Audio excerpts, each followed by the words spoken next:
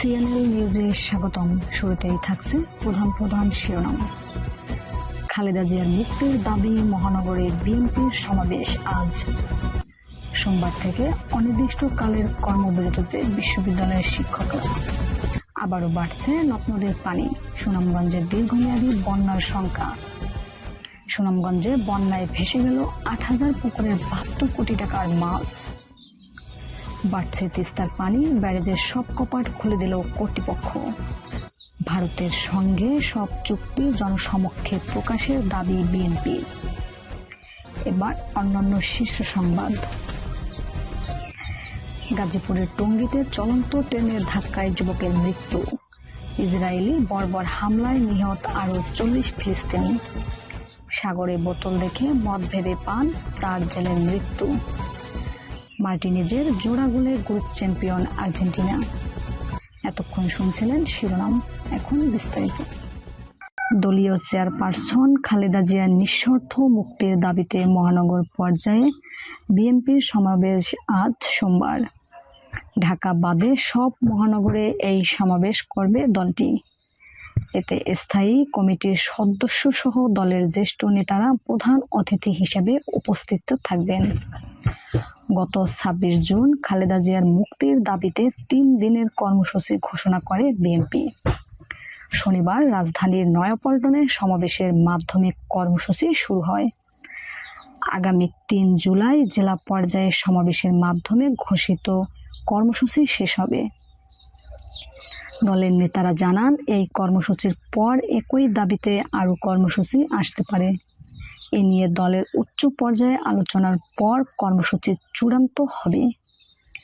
বিএনপির পক্ষ থেকে জানানো হয়, আজকের কর্মসূচিতে গাজীপুর মহানগর ও জেলা একসঙ্গে কর্মসূচি পালন করবে। এতে প্রধান অতিথি থাকবেন স্থায়ী কমিটির সদস্য মির্জা আব্বাস। সর্বজনীন পেনশন ব্যবস্থা থেকে বাদ দেওয়ার দাবিতে অনির্দিষ্টকালের কর্মবিরতি পালন করবেন ঢাকা বিশ্ববিদ্যালয় সহ দেশের পাবলিক বিশ্ববিদ্যালয়ের শিক্ষকরা। এর আগে শনিবার দুপুরে ঢাকা বিশ্ববিদ্যালয়ের কলা অনুষদের প্রধান ফটকের সংবাদ সম্মেলনে এ ঘোষণা দেয় বাংলাদেশ বিশ্ববিদ্যালয় শিক্ষক সমিতি ফেডারেশন। ঢাকা বিশ্ববিদ্যালয় শিক্ষক সমিতির সভাপতি ও সাধারণ সম্পাদকের সই করা এক বিজ্ঞপ্তিতে বিশ্ববিদ্যালয়ের শিক্ষকদের উদ্দেশ্যে একটি বিজ্ঞপ্তি প্রকাশ করা হয়েছে। বিজ্ঞপ্তিতে বলা হয়, আপনাদের অকুণ্ঠ সমর্থন ও ম্যান্ডেটে শিক্ষক সমিতি এ সর্বাত্মক আন্দোলনের রূপরেখা প্রণয়ন করেছে। আমাদের আন্দোলন বিশ্ববিদ্যালয়ের শিক্ষক সমাজের সম্মান ও মর্যাদা রক্ষার আন্দোলন।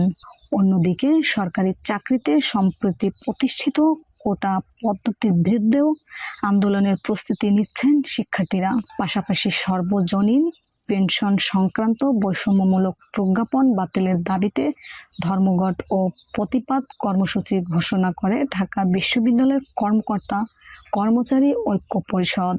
এক বন্যার ক্ষত কাটতে না কাটতেই এবার দেখা দিয়েছে আবারও বন্যার শঙ্কা।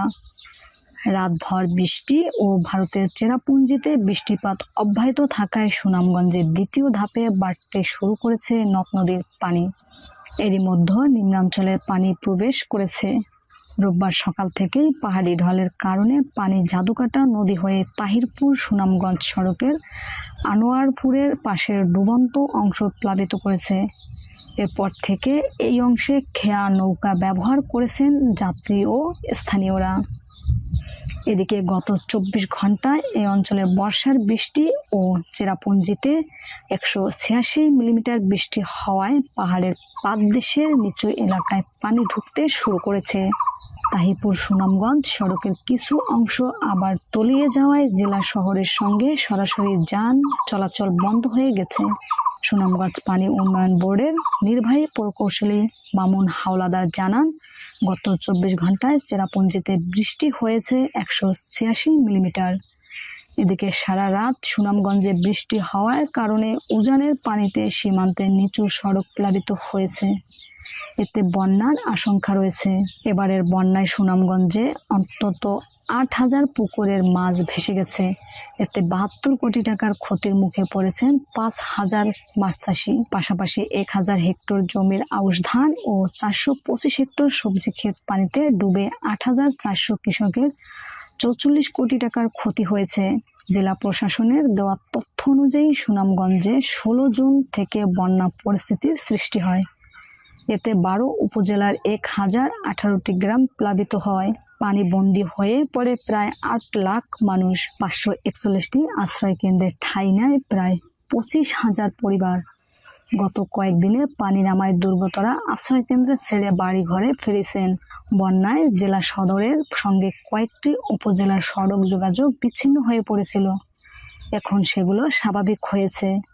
বন্যা পরিস্থিতি উন্নতি হয়েছে। নদী ও হাওরের পানি কমেছে। বন্যায় মাছ ভেসে যাওয়ায় বিপাকে পড়েছেন জানিয়েছে সদর উপজেলার মোল্লাপাড়া ইউনিয়নের চাষি রবীন্দ্র রায়। তিনি গণমাধ্যমে বলেন, 18 জুন রাত্রে 3 ঘন্টার মধ্যে আমার 20টি পুকুর ডুবে 40 লাখ টাকার মাছ ভেসে গেছে। চারপাশে জাল দিয়ে ঘিরে রেখেও কোনো লাভ হয়নি। চোখের সামনে সব শেষ হয়ে গেল। একই এলাকার চাষি আব্দুল করিম বলেন, 18 জুন রাত 3টার দিকে পানি বেড়ে 5টা পুকুর ভেসে যায়। এতে 5 লাখ টাকার ক্ষতি হয়েছে। চেয়ে চেয়ে দেখা ছাড়া কোনো উপায় ছিল না। নিঃস্ব হয়ে গেছি। সুরমা ইউনিয়নের আলিপুর গ্রামের মাছ চাষি আশিস রহমান বলেন, খাসিমারা নদীর স্রোতে আলিপুর, টেংরাটিলা, বৈঠাখাই, নোয়াপাড়া, রসরাই, সুলতানপুর, টেবলাই ও লামাসানিয়া সহ 25 গ্রামের 3 শতাধিক পুকুরের মাছ ভেসে গেছে। রুই, কাতলা ও পাঙ্গাস সহ বিভিন্ন জাতের মাছ ছিল।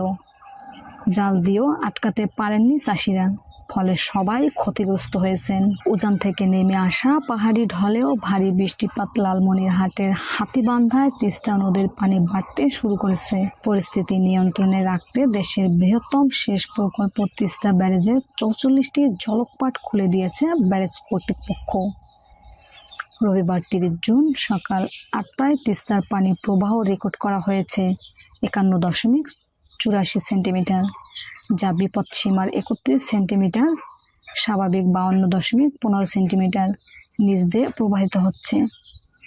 পানি বৃদ্ধি পাওয়ায় তিস্তার চরাঞ্চলগুলোর ঘরবাড়ি ও ফসলি জমিতে পানি উঠতে শুরু করেছে। নদীর তীরবর্তী ও চরাঞ্চলে বসবাসরত মানুষ বন্যা ও নদী ভাঙন আতঙ্কে পড়েছেন। ডালিয়া পানি উন্নয়ন বোর্ডের হাইড্রোলজি বিভাগের পানি পরিমাপক নুরুল ইসলাম বলেন, রোববার সকাল থেকে পানি বাড়তে থাকে। এদিকে তিস্তার পানি বৃদ্ধি পাওয়ায় লালমনিরহাট জেলার হাতীবান্ধা উপজেলার 6টি ইউনিয়নের 8 থেকে 10টি চর ও পার্শ্ববর্তী কালীগঞ্জ, আদিতমারি উপজেলার 10 থেকে 15টি চর এলাকায় পানি উঠতে পারে বলে জানিয়েছেন স্থানীয়রা। ভারতের সঙ্গে ইতিপূর্বে স্বাক্ষরিত সকল চুক্তির অবিলম্বে জনসমক্ষে প্রকাশের দাবি জানিয়েছে বিএনপির। পাশাপাশি সম্প্রতি প্রধানমন্ত্রী শেখ হাসিনার ভারত সফরে 10টি চুক্তি সমঝোতা সড়ক দেশবিরোধী আখ্যায়িত করে তা প্রত্যাখ্যান করেছে দলটি। গতকাল আনুষ্ঠানিক সংবাদ সম্মেলনে দলের মহাসচিব মির্জা ফখরুল ইসলাম আলমগীর বলেন, এবারের ভারত সফর ম্যান্ডেটবিহীন শেখ হাসিনা সরকারের ধারাবাহিক গোলামি চুক্তির সর্বশেষ সংস্করণ। এই চুক্তি দেশ তথা দেশের মানুষের কল্যাণে নয়, কেবলমাত্র আওয়ামী লীগের অবৈধ রাষ্ট্র ক্ষমতার মেয়াদ বৃদ্ধির নজররানা মাত্র। আমরা পুনর্ব্যক্ত করতে চাই, সার্বভৌমত্ব, জাতীয় স্বার্থ ও জাতীয় নিরাপত্তা বিরোধী এই সকল চুক্তি জনগণ কখনো মেনে নেবে না। তিনি বলেন, কানেক্টিভিটির নামে বাংলাদেশের অভ্যন্তরে ভারতের এক অংশ থেকে আরেক অংশ পর্যন্ত রেল যোগাযোগের নামে করিডোর প্রদানের মাধ্যমে যা করা হয়েছে তাতে আমাদের সার্বভৌমত্ব ও জাতীয় নিরাপত্তা মারাত্মক হুমকির মুখে পড়বে। চুক্তি বাংলাদেশকে ভারতের গোলামে পরিণত করবে। ফখরুল বলেন, আপনাদের নিশ্চয় 1972 সালে ভারতের সঙ্গে স্বাক্ষরিত 25 বছরের গোলামি চুক্তির কথা স্মরণ আছে। 52 বছর পর সেই ধারাবাহিকতায় গত 22শে জুন ভারতের সঙ্গে সমঝোতার আড়ালে যে সকল চুক্তি করা হলো তা বাংলাদেশকে আজীবনের জন্য ভারতের গোলামে পরিণত করবে। এর ফলে বাংলাদেশের জাতীয় নিরাপত্তা বিপন্ন হবার আশঙ্কা দেখা দিয়েছে। সংবাদ শেষ করার আগে প্রধান শিরোনামগুলি আরেকবার। খালেদা জিয়ার মুক্তির দাবি মহানগরে বিএনপির সমাবেশ আজ। সোমবার থেকে অনির্দিষ্টকালের কর্মবিরতিতে বিশ্ববিদ্যালয়ের শিক্ষকরা। আবারও বাড়ছে নদ নদীর পানি, সুনামগঞ্জে দীর্ঘমেয়াদী বন্যার শঙ্কা। সুনামগঞ্জে বন্যায় ভেসে গেল ৮,০০০ পুকুরের ৭২ কোটি টাকার মাছ। বাড়ছে তিস্তার পানি, ব্যারেজের সব কপাট খুলে দিল কর্তৃপক্ষ। ভারতের সঙ্গে সব চুক্তি জনসমক্ষে প্রকাশের দাবি বিএনপির। এখন বিদায় নিচ্ছি আমি চন্দ্রা। পরবর্তী সংবাদ শোনার আমন্ত্রণ রইল।